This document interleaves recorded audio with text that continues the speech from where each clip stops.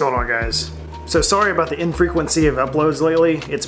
Work has actually been absolutely insane lately. I've been putting in 60 to 70 hour weeks over the last 3 weeks now, so when I come home, it's almost time to go right back to bed. I'm sorry about that, and even today, like I had to work on Sunday. This last 2 Sundays in a row I've had to work. Videos are kind of a premium, but let me get you caught up on what's going on and what we did this weekend. So I went to my good buddy Robbie's shop over in Hampton, which is about a 30-minute drive from my house. And we went over there and I bought all the materials to build rock sliders for the wagon. Now, the reason I'm doing rock sliders now, and the reason I decided that was going to be the next upgrade, when we were at the off-road park and I lost that castle nut and my wheel dropped, I had to use a hijack. And when I used that hijack on the rocker, it just completely crumpled my rocker. So in order to prevent that from ever happening again, I decided to build these rock sliders.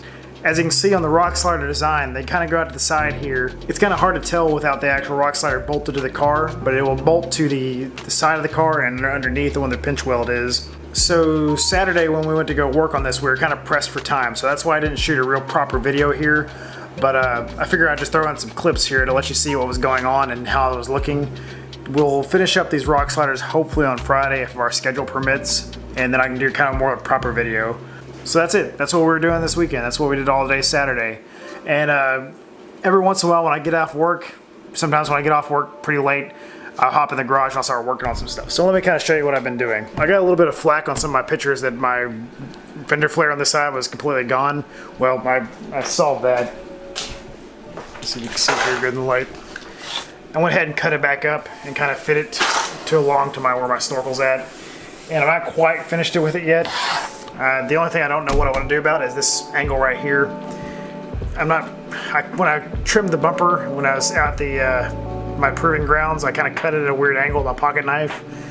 That was my fault. I should have kept it going a little bit here or have some kind of filler here. I don't know. I'll figure out something there, or I may just come off with this and trim it a little higher. I don't know. It's not bad, but to me it's just kind of a little nitpicky thing. Besides that, the wagon did really well at the off-road park.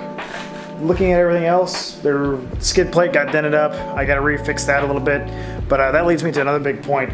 Is we have an off-road trip March 1st to Disney, Oklahoma. It's insane. It's a really cool little place, and I'm going with a group of Baja Bugs, and they have a really good time out there. I'll try to put a clip in here of those guys.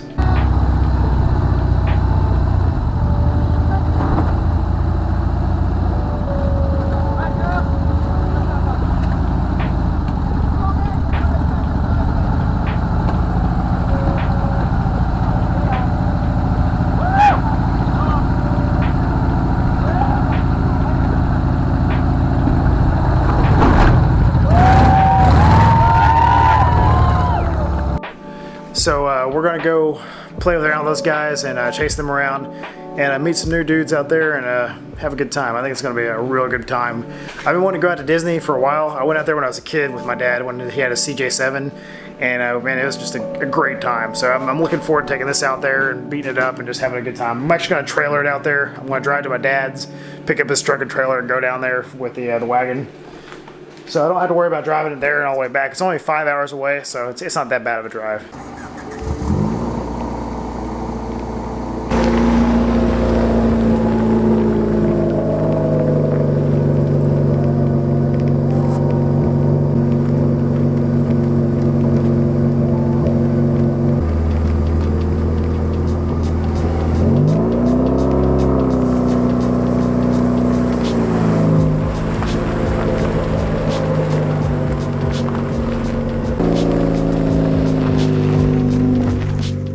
And while I've been kind of busy at work, I've been collecting quite a pile of stuff here to put in the wagon. So basically what I bought here is enough stuff to redo my drum brakes in the back, just a whole rebuild kit for all those, fire extinguisher, because I've been needing one of those for a while.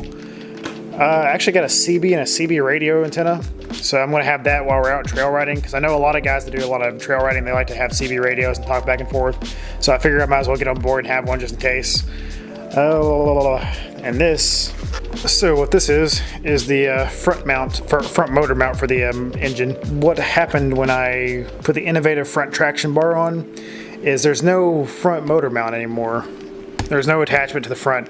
It has a place in the bar to mount a some kind of bar between there and the motor attachment point on the transmission. But you kind of have to make one your own, or you can buy one off Innovative for like 150 bucks. So I'm going to make your own route. So I got a new front motor mount, the actual, well, transmission mount, I guess you could say. And we'll put that on, and I'm going to build my own bracket from the traction bar to the motor, so it'll give a little bit more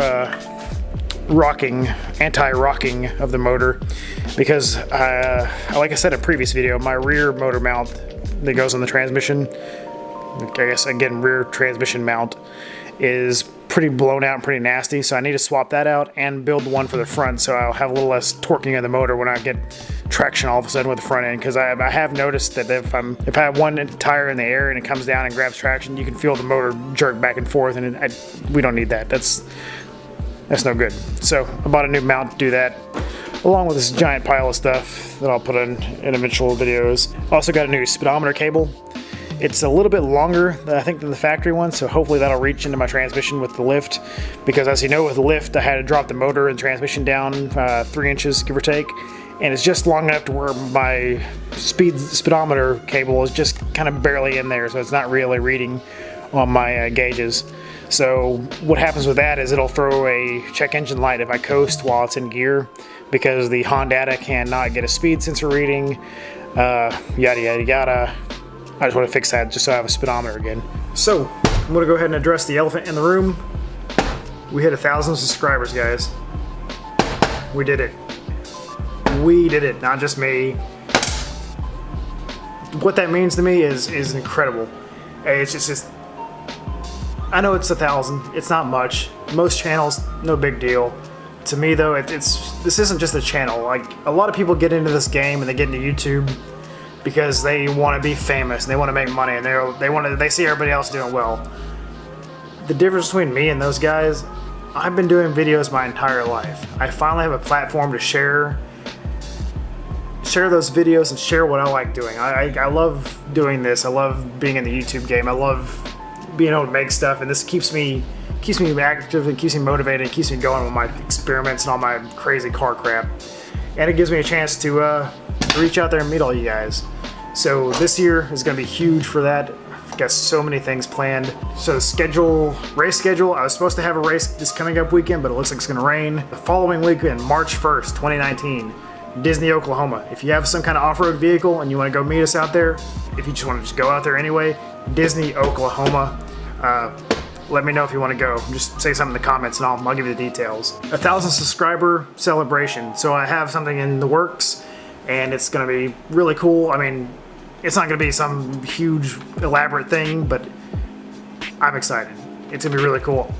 It's going to be literally life-changing for me, and just kind of a little spoiler, you'll see that. Moab.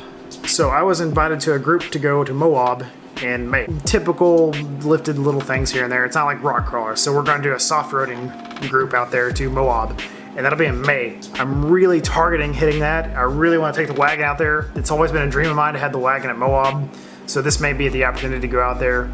I'll keep you guys updated on that. Free RX, no progress yet. I have been so behind in trying to get the stuff done with the wagon that I haven't touched the Free RX. Sorry about the Free RX. It'll have some progress coming pretty soon.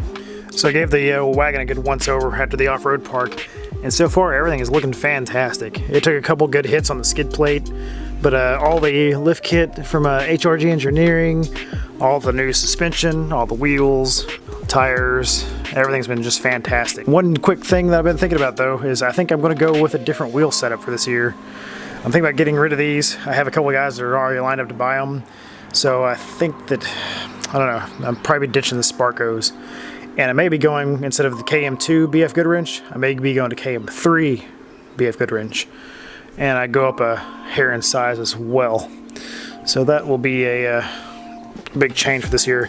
The tires work really well with it, but it just, I don't know, I think it can go with a little bit bigger tire and look a little bit more aggressive. But I think the gearing and all that stuff will be just fine for it. I just kind of want to give it a little bit beefier stance and maybe a little taller tire. That way it'll have just a hair more ground clearance up front and a better approach angles. I can see if I can show you here where the rocker got bent up.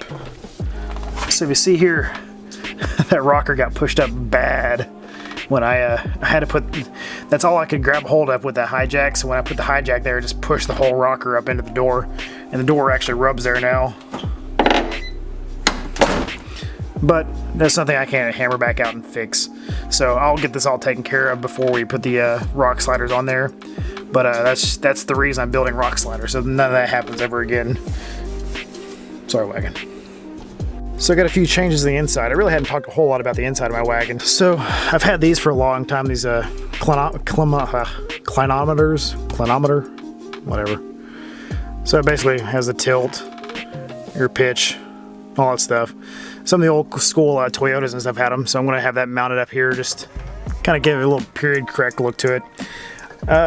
These hooks here, a lot of people didn't know, but I used to use those hooks and mount my tablet here, and I'd have my tablet while I was driving. That way I can kind of free up this. I had it set like this because I thought it looked cool, but it was kind of a pain in the ass to keep flipping that up to change the temperature or mess with the radio or anything, so I'm going to fix all that. My freedom tree. Because America. So once again, I'm sorry about the lack of uploads and the just general slowness of this video, but it's been just kind of a crazy couple weeks. The rock slider build will be finished up on Friday, and I'll have that video up, and I'll be kind of in the shop working, depending also how the race schedule ends up going. If it rains us out, they'll have a little bit more time. I got to do a little bit to the Fiesta to get it ready for the rallycross. If it is happening, we'll kind of see how the weather is toward the end of the week. Basically just got to get the skid plate back on, give it an oil change, check everything on it, but it's good to go. It's always good to go. But that's going to end it for today, guys. The wagon has just been such a joy. The next little video I'm going to do is something that I posted on my Instagram and on my Facebook about an article that came out about my wagon. If you guys know about it, you know about it. If not, you'll see very soon. It's literally the greatest thing that's ever happened to me in the wagon. Alright guys, till next time, peace.